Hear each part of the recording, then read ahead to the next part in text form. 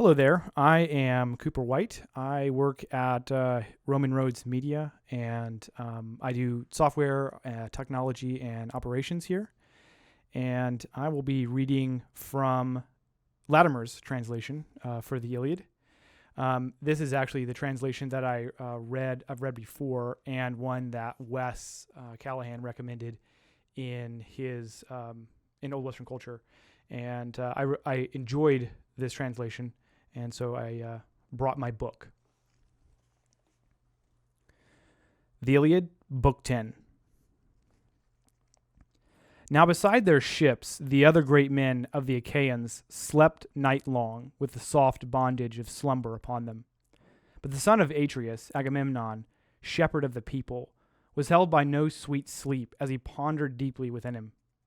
As when the lord of Hera, the lovely-haired, flashes his lightning, as he brings on a great rainstorm, or a hail incessant, or a blizzard at such time when the snowfall scatters on the plowlands, or drives on somewhere on earth the huge edge of tearing battle. Such was Agamemnon with the beating turmoil in his bosom from the deep heart, and all his wits were shaken within him. Now he would gaze across the plain of the Trojan camp, wondering at the number of their fires that were burning in front of Ilion, toward the high calls of their flutes and pipes, the murmur of the people. Now as he would look again to the ships of the Achaean people, he would drag the hair by its roots from his head, looking toward Zeus on high, and his proud heart was stricken with lamentation. Now to his mind this thing appeared to be the best counsel, first among men to seek out Nestor, the son of Neleus, to see if Nestor with him could work out a plan that would not fail, and one that might drive the evil away from all the Danaans. He stood upright and slipped the tunic upon his body, and underneath his shining feet he bound the fair sandals, and thereafter slung across him the tawny hide of a lion, glowing and huge, that swung to his feet, and took up a spear. So likewise, trembling seized Menelaus, neither on his eyes had sweet slumber descending settled, for fear that the Argives might suffer some hurt. They who for his sake over much water had come to Troy, bearing their bold attack to the Trojans. First of all, he mantled his broad back in a leopard's spotted hide, then, lifting the circle of a brazen helmet, placed it upon his head, and took up a spear in his big hand, and went on his way to waken his brother, who was the great king of all the Argives, one honored in his own land as a god is. He found him putting the splendid armor upon his shoulders beside the stern of his ship, and was welcomed as he came up to him. It was Menelaus, of the great war cry, who spoke first. "Why this arming, my brother? Is it some one of your companions you are stirring to go and spy on the Trojans?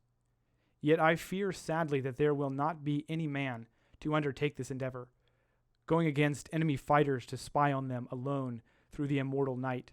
Such a man will have to be very bold-hearted."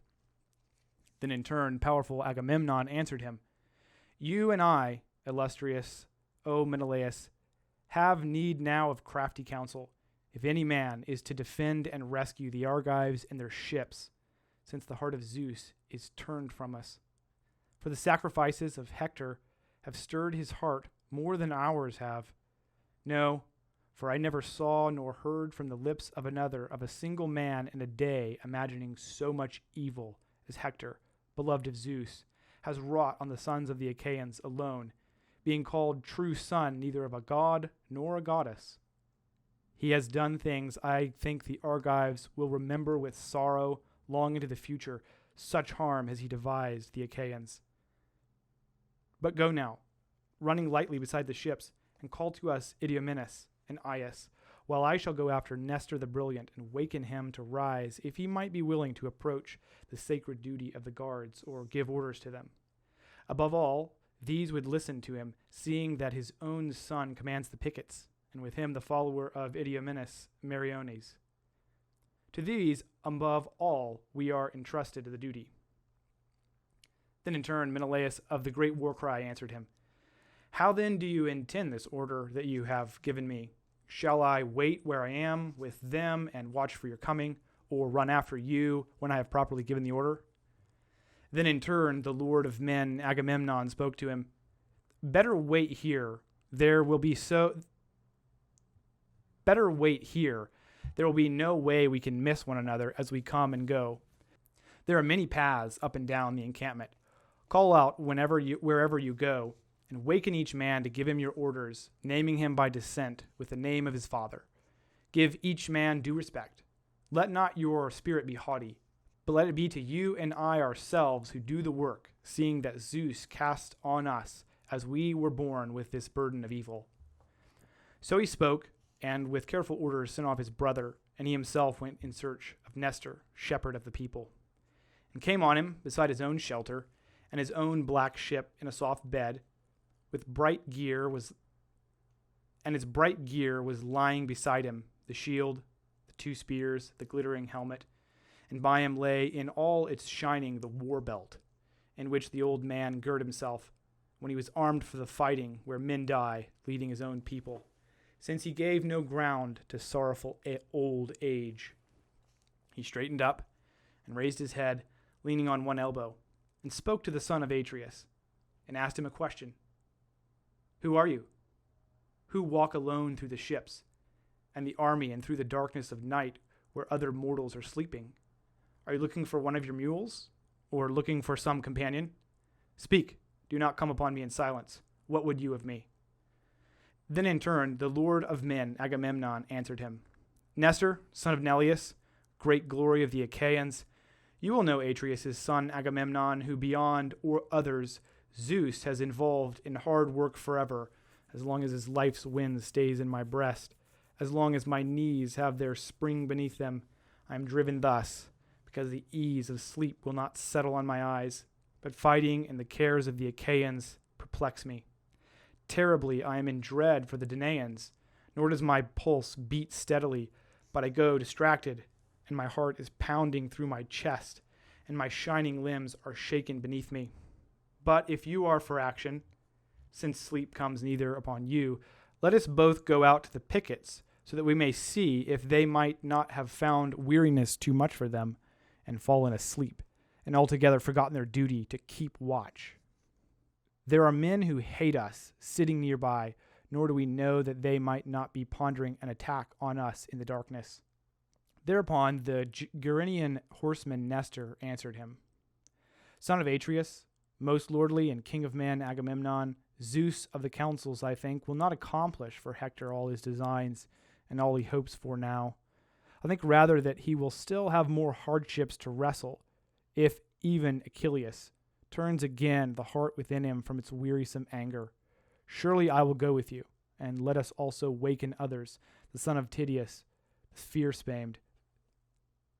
spear-famed, and Odysseus, and Aias, the swift-footed, and the powerful son of Phyleus. But if one were to go also, and call these others I speak of, Aias the great, the godlike, and the lord Idomeneus, why their ships lie further from us, and are not at all close. But beloved as he is, and respected, I will still blame Menelaus, even though you may be angry, and I will not hide it, for the way he sleeps, and has given to you alone all the hard work. For now he ought to be hard at work, going to all the great men in supplication. This need that has come is no more endurable." Then in turn, the lord of men Agamemnon spoke to him. "Aged sir, other times I also would tell you to blame him, since often he hangs back and is not willing to work hard. Not that he shrinks from it and gives way, nor in the mind's dullness, but because he looks to me and waits till I make a beginning. But this time he woke far before me and came to rouse me, and I sent him on to call those you ask after. Therefore let us go. We shall find those others there with the sentries before the gates, where I told them to form and assemble." Thereupon the Gerenian horseman Nestor answered him, "Thus no man of the Argives can disobey him nor find fault with him, whenever he stirs up any of them and gives orders." With this speech, he slipped the tunic upon his body, and underneath his shining feet he bound the fair sandals, and pinned about him a great vermilion mantle, sweeping in a double fold, with a thick fleece of wool upon it. Then he caught up a powerful spear, edged with sharp bronze, and went on his way down the ships of the bronze-armored Achaeans. First he came to Odysseus, the equal of Zeus in council, and Nestor, the Gerenian horseman, wakened him from sleep, speaking aloud, and the waves of the voice swept quick through his hearing, and he came forth from his shelter and called out his word to them. Why do you wander thus up and down the ships and the army alone through the immortal night? What need is upon you? Thereupon the Gerenian horseman Nestor answered him, Son of Laertes, the seed of Zeus, resourceful Odysseus, do not be angry. Such grief has fallen upon the Achaeans. Come then with us to waken another, for whom it is becoming to deliberate the question of running away or of fighting. He spoke, and resourceful Odysseus moved back to his shelter, put the bright patterned shield on his shoulders, and went on with them. They went to the son of Tydeus, Diomedes, and found him with his gear outside the shelter, and his companions about him slept with their shields underneath their heads, and their spears beside them stood upright, the heels driven deep in the ground, and the bronze afar off glared like the lightning of Zeus' father. The hero slept, with the hide of a field-ranging ox laid beneath him, but underneath his head was laid out a lustrous blanket. Nestor, the Gerenian horseman, stood by to waken him and roused him, stirring him with his heel, and scolded him to his face. Son of Tydeus, wake up! Why do you doze in slumber night long? Do you not hear how the Trojans at the break of the flat land are sitting close up to our ships, and narrow ground holds them from us? So he spoke, and the other rapidly stirred from his sleeping, and spoke winged words to him, and addressed him thus. Aged sir, you are a hard man. You are never finished with working. Now are there not other sons of the Achaeans, younger than you are, who be going about everywhere to each of the princes and waking them up? But you, aged sir, are too much for us. In turn, Nestor the Gerenian horseman said to him, Yes, dear friend, all this that you have said has been fairly spoken. I myself have sons without blame. I have followers, plenty of them, of whom any could go to summon the princes. But this difficulty is very great, and has come to the Achaeans, since for all of us the derision now stands on the edge of a razor, whether the Achaeans shall have life or sorry destruction. But go now to Aias, the swift, the son of Phyleus, and waken them. You are the younger than I, if truly you have pity. He spoke, and the other wrapped his shoulders in the hide of a lion, glowing and huge, that swung to his feet and took up a spear. The hero went, and waking the others, brought them back with him. Now as these men mingled with the sentries assembling, they found the leaders of the pickets by no means asleep, but all of them were wide awake, and set by their weapons, as dogs about the sheep in a yard are restless and watching as they hear a wild beast boldly moving, who through the timber goes among the mountains, and a clamor rises about him of men and of dogs, and all their sleep has been broken from them. So for these the softness of sleep was broken from their eyes, as they held the bitter mid-watch, since they were turning always toward the plain, where they heard the Trojans coming and going. The aged man was glad when he saw them, and with speech of good cheer spoke winged words to them, and addressed them thus. Continue to keep your watch this way, beloved children, and let not sleep seize any, lest you become a delight to your enemies. So he spoke, and strode on through the ditch, and there followed with him the king of the Argives, all who had been called on into the enclave, and with them went Meriones, and Nestor's glorious son, since the kings themselves call these to take counsel with them. After they had crossed the deep-dug ditch, they settled on clean ground, where they showed a space not cumbered with corpses of the fallen, a place where Hector the Huge had turned back from destroying the Argives, after the night had darkened about him. There they seated themselves, and opened words to each other, and the Gerenian horseman Nestor began speaking among them. O my friends, is there no man who, trusting in the daring of his own heart, would go to the high-hearted Trojans?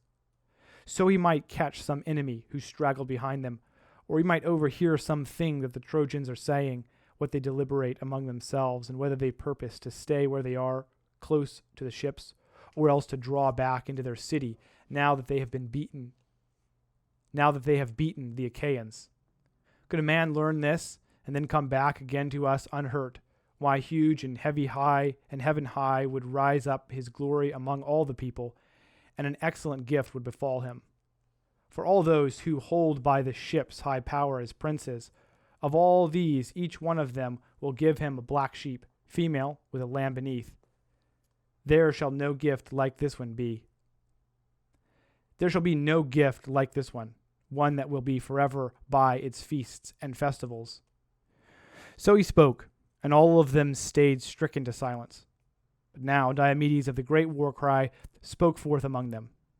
Nestor, my own heart and my own proud spirit arouse me to go into the host of the hateful men who lie near us, the Trojans.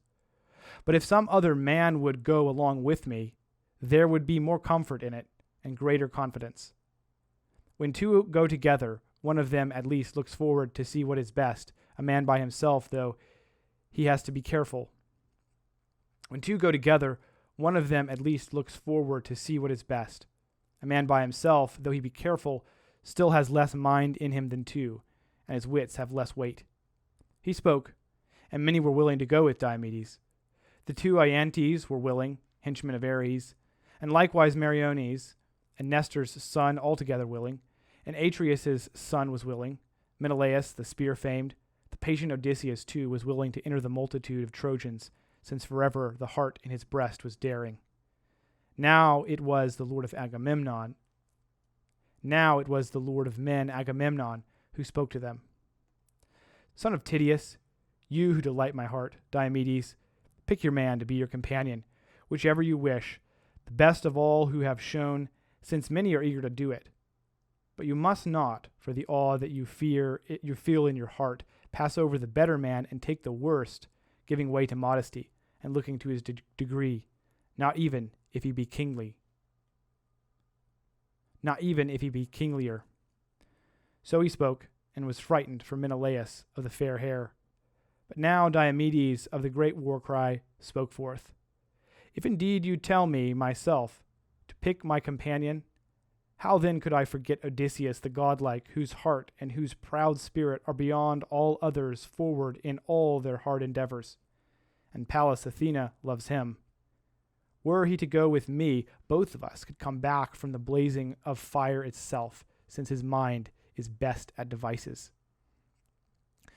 Then in turn, long-suffering, brilliant Odysseus answered him, Son of Tydeus, do not praise me so, nor yet blame me.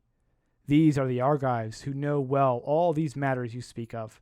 But let us go, for the night draws far along, and the dawn nears. The stars have gone far on their course, and the full of the night has passed through two portions, and the third portion is that which is left us. So they spoke, and armed themselves in their weapons of terror. And Thrasymedes, the stubborn in battle, gave the son of Tydeus a two-edged sword.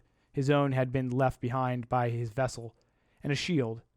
And he put over his head a helmet of bull's hide, with neither horn nor crest, which is known as the skull cap, and guards the head of strong men in battle, while Meriones gave Odysseus a bow and a quiver and a sword, and he too put on over his head a helmet fashioned of leather.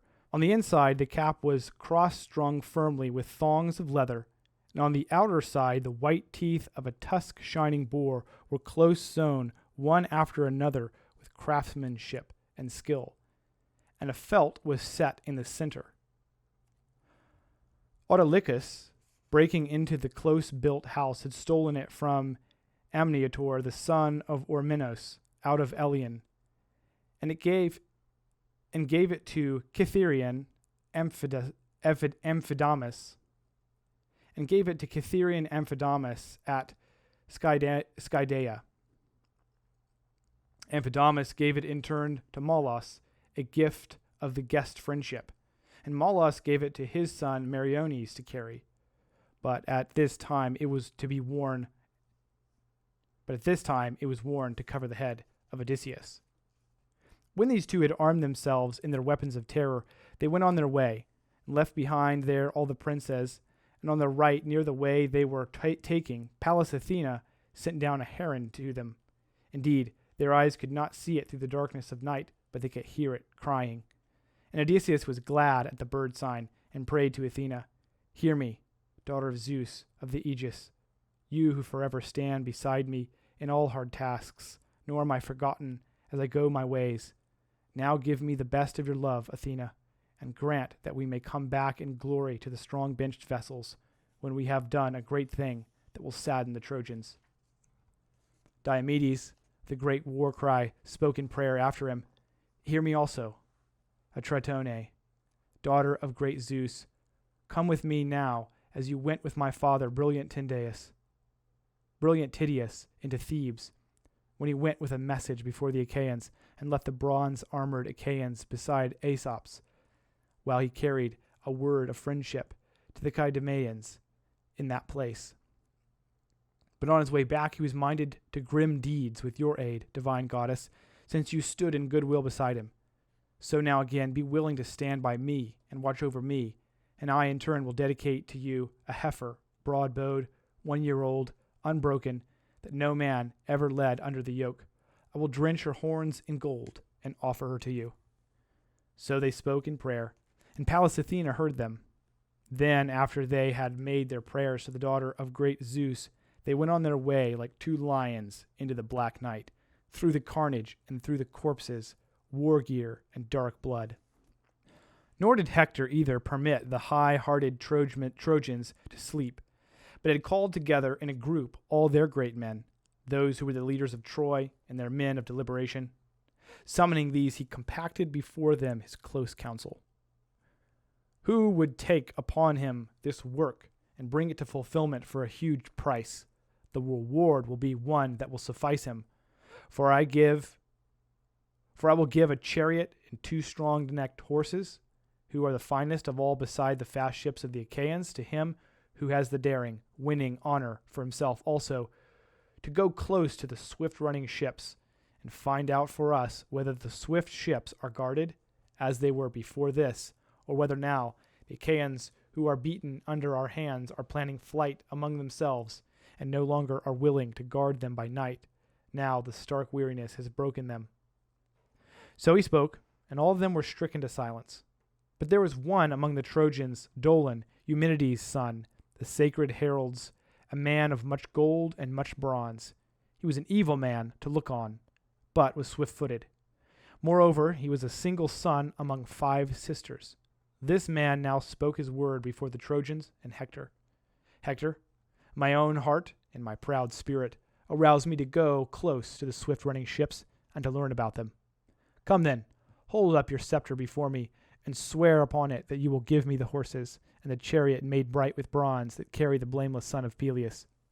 I shall not be a vain spy for you, nor less than your expectation, for I shall go straight through their army until I come to the ship of Agamemnon, where their greatest men must be gathered to deliberate the question of running away or fighting. He spoke, and Hector took the staff in his hand and swore to him, Let Zeus, loud thundering lord of Hera, now be my witness himself, that no other man of the Trojans shall mount these horses, since I say they shall be utterly yours and your glory. He spoke and swore an empty oath, and stirred the man onward. And at once Dolon cast across his shoulders the bent bow. He put on him a pelt, the pelt of a gray wolf, and on his headset a cap of marten's hide, and took up a sharp throwing spear, and went on his way toward the ships from his own camp. Nor was he ever to come back again from the ships and carry his word to Hector. Now when he had left behind the throng of men and of horses, he went on his way eagerly.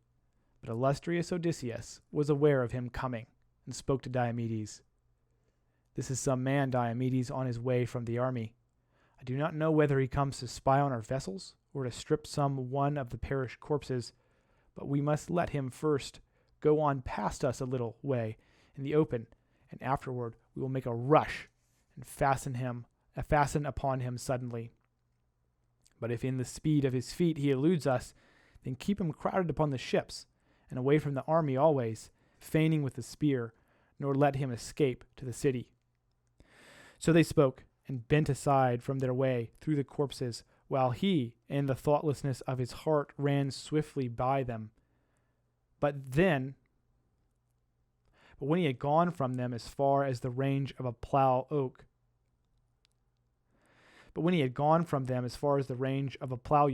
of mules, since these are better beasts than oxen for dragging the wrought plowshare through the depth of harvest land, these two ran after him, and he heard the thudding of their feet and stopped still.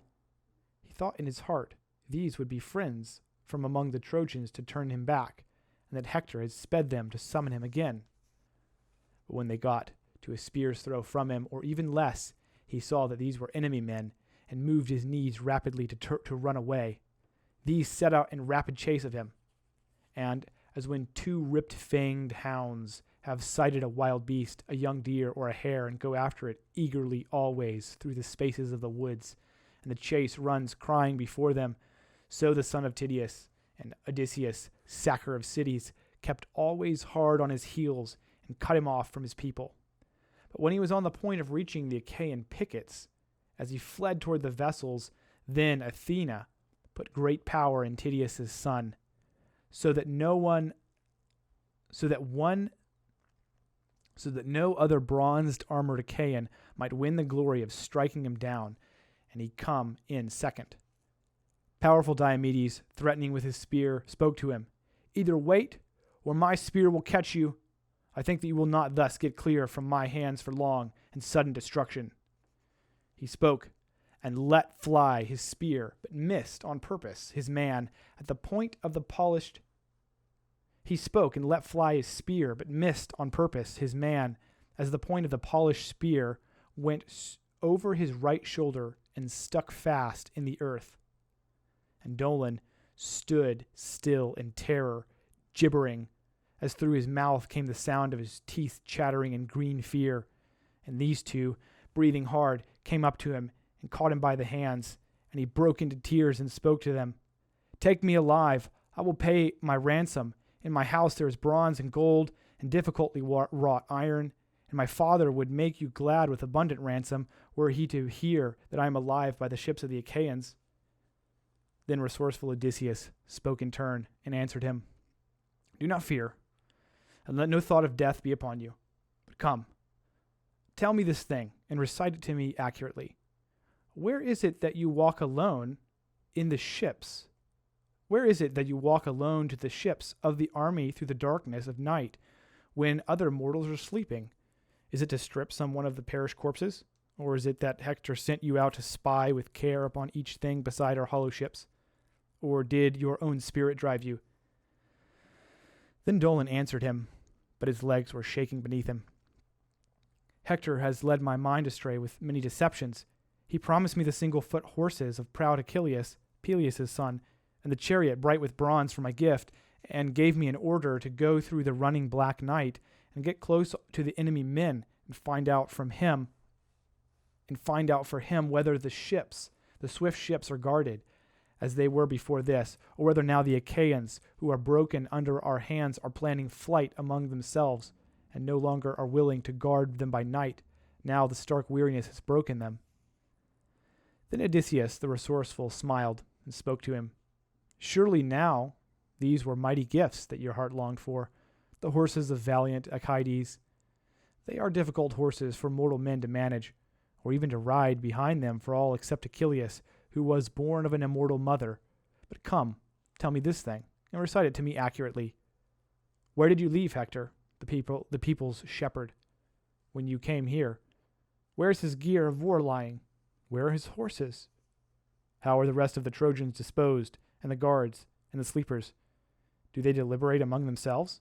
Do they purpose to stay where they are, close to the ships, or else to withdraw back into the city, now that they have beaten the Achaeans?" Then in turn Dolon, the son of Eumenides, spoke to him. "See, I will accurately recite all these things to you.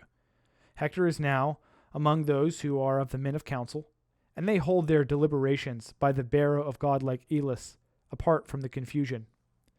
But those guards that you ask of, hero, there is no detail that protects the army and guards it. As for the watchfire hearths of the Trojans, they who must do it keep awake by the fires and pass on the picket duty to each other, but their far assembled companions in battle are sleeping, and pass on to the Trojans the duty of watching, since their own children do not lie nearby, nor their women." Then resourceful Odysseus spoke in turn, and answered him, "How then are these sleeping? And are they mixed with the Trojans, breakers of horses, or apart? Tell me, so I may be clear." Then in turn Dolon, the son of Eumenides, answered him, "See, I will accurately recite all these things to you. Next the sea are the Carians and the Paeonians with their curved bows, the Leleges and the Cauconians and the brilliant Pelagasians. By Thimbre are stationed the Lycians and the proud Mysians, with the Phrygians who fight from horses, and the Memodians, lords of chariots. But why do you question me on all this, each thing in detail? For if you are minded to get among the mass of the Trojans, here are the Thracians, new come, separate, beyond all others in place, and among them Resios, their king, the son of Etonius, and his are the finest horses I ever saw, and the biggest. They are whiter than snow, and their speed of foot is the wind's speed. His chariot is fairly ornate with gold and with silver, and the armor is golden and gigantic, a wonder to look on. He brought here with him that his chariot is fairly ornate with gold and with silver, and the armor is golden and gigantic, a wonder to look on that he brought here with him. It is not like the armor for mortal men to carry, but for the immortal gods, and therefore take me with you to some place by the fast-running vessels, or else tie me fast here in a pitiless bond, and leave me until you can make out your venture. And therefore take me with you to some place by the fast-running vessels, or else tie me fast here in a pitiless bond, and leave me until you can make your venture, and try out the truth of my story, whether I have told you this fairly, or whether I have not." But powerful Diomedes looked darkly at him, and spoke then, "Do not, Dolon, have in your mind any thought of escape, now that you have got into our hands, though you brought us an excellent message. For if we let you get away now, or set you free, later you will come back again to the fast ships of the Achaeans, either to spy on us once more, or to fight strongly with us. But if, beaten down under my hands, you lose your life now, then you will never more be an affliction upon the Argives." He spoke, and the man was trying to reach his chin with his strong hand and cling and supplicate him, but he struck the middle of his neck with a sweep of the sword, and slashed clean through both tendons, and Dolon's head, still speaking, dropped into the dust. They took off his cap of Martian's hide from his head, and stripped off also the wolf's pelt, and the back-strung bow, and the long spear. Brilliant Odysseus held these up to Athena, the spoiler, high in his hand, and spoke a word and prayed to Athena, "Hail, goddess, these are yours. To you first of all the immortals on Olympus will we give your due share. Only guide us once again to where the Thracians sleep and their horses." So he spoke, and lifting the spoils high from him, he placed them upon a tamarisk bush, and piled a clear landmark beside them, putting reeds together and the long branches of tamarisk that they might not miss them on their way back through the running black night. These two went ahead on their way through war gear and dark blood, and came suddenly to the Thracians, for whom they were looking. These were asleep, worn out with weariness, and their armor lay in splendor and good order on the ground beside them in 3 rows, and beside each man stood his team of horses. Resios slept in the center with his fast horses about him, tethered by the reins to the outer rail of the chariot. Odysseus was the first to see him, and pointed him out to Diomedes. "Here is our man, see, Diomedes. Here are his horses, those that Dolon, the man we killed, pointed out to us. Come then, put forward your great strength. Here is no matter for standing by idle in your weapons. Untie the horses, or else let me look after them, while you kill the people." He spoke, and gray-eyed Athena breathed strength into Diomedes, and he began to kill them one after another. Grim sounds rose from there as they were stricken with the sword, and the ground reddened with blood. As a lion, advancing on the helpless herds unshepherded of sheep or goats, pounces upon them with wicked intention, so the son of Tydeus attacked the Thracian people until he had killed 12. Meanwhile, resourceful Odysseus, as Tydeus' son stood over each man with the sword and struck him, would catch each man by the foot from behind and drag him away, with this thought in his mind, that the bright-maned horses might easily pass through and not be shaken within them as stepping on dead men. These horses were not yet used to them, but when the son of Tydeus came to the king, and this was the 13th man, he stripped the sweetness of life from him as he lay heavily breathing, since a bad dream stood by his head in the night. No dream, but Oeneus his son, by device of Athena. Meanwhile, patient Odysseus was untying the single-foot horses and pulled them together with the reins and drove them from the confusion and whipped them with his bow, since he had not noticed nor taken in his hands the glittering whip that was in the elaborate chariot. He whistled to brilliant Diomedes as a signal to him, but he waited, divided in his mind as to what he would best do, whether to seize the chariot, wherein lay the bright armor, and draw it away by the pole, or lift it and carry it off with him, or strip the life from still more of the Thracians. Meanwhile, he was pondering all this in his heart. Athena came and stood beside him, and spoke to great Diomedes.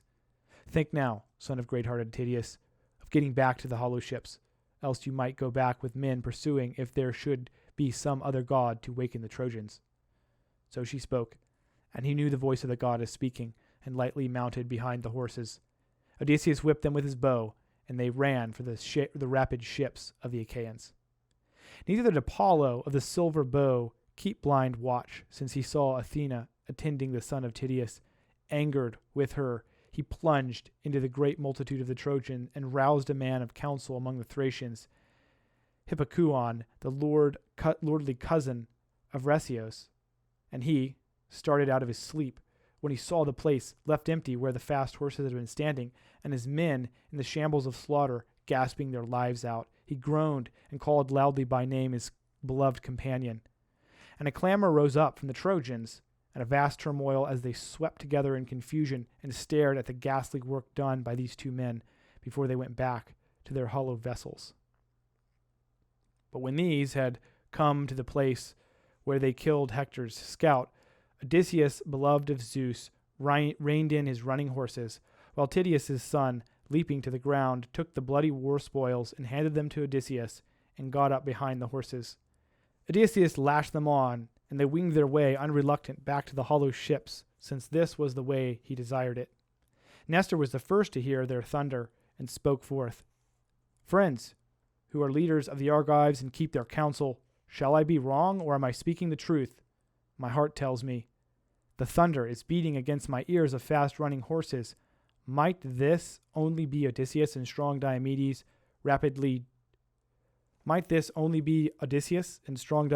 driving rapidly away from the Trojans, their single-foot horses? Yet terribly I fear in my heart that these bravest Achaeans might have suffered some disaster from the loud host of the Trojans. Yet he had not spoken all his words, and they came. The two men dismounted to the ground, and their companions, rejoicing, congratulated them with clasped hands and with words of welcome. First to question them was the Gerenian horseman Nestor. Come, tell me, honored Odysseus, great glory of the Achaeans, how did you win these horses? Did you go into the great company of the Trojans, or did some god meet you and give them to you? They shine like the rays of the sun, terribly. Yet over and over I encounter the Trojans. I say that I am not at all one to hang back beside the ships, though I am an aged fighter. Yet I have never seen horses like these, nor laid eyes upon them. I think it must be some god who met you and gave them to you, since both of you are beloved to Zeus who gathers the clouds, both to the gray-eyed maiden of Zeus who wears the aegis, Athena. Then resourceful Odysseus spoke in turn and answered him. Son of Neleus, Nestor, great glory of the Achaeans, lightly a god, if he wished, could give us horses even better than these, seeing that the gods are far stronger than we are. These horses, aged sir, that you ask about are newcomers from Thrace. And as for their master, brave Diomedes killed him, and at his side killed 12 companions, all of them great men. Our 13th man killed was their scout, here by the vessels, one whom Hector and the rest of the haughty Trojans had sent out between the lines to spy on our army. He spoke, and guided across the ditch the single-foot horses, laughing aloud, and the rest of the Achaeans went with him rejoicing. They came to Diomedes' strong-fashioned shelter. There they tied up the horses by the carefully cut reins by the horse trough, where already the horses of Diomedes were standing, rapid of foot, and eating their welcome provender. And by the stern of the ship Odysseus laid down the bloody battle spoils of Dolon to dedicate to Athena. And the men themselves waded into the sea and washed off the dense sweat from shin and shoulder and thigh. Afterward, when the surf of the sea had rinsed the dense running sweat away from all their skin, and the inward heart had been cooled to refreshment, they stepped into the bathtubs, smooth polished, and bathed there. And after they had bathed and anointed themselves with olive oil, they sat down to dine, and from the full mixing bowl, drawing the sweet-hearted wine, poured out an offering to Athena.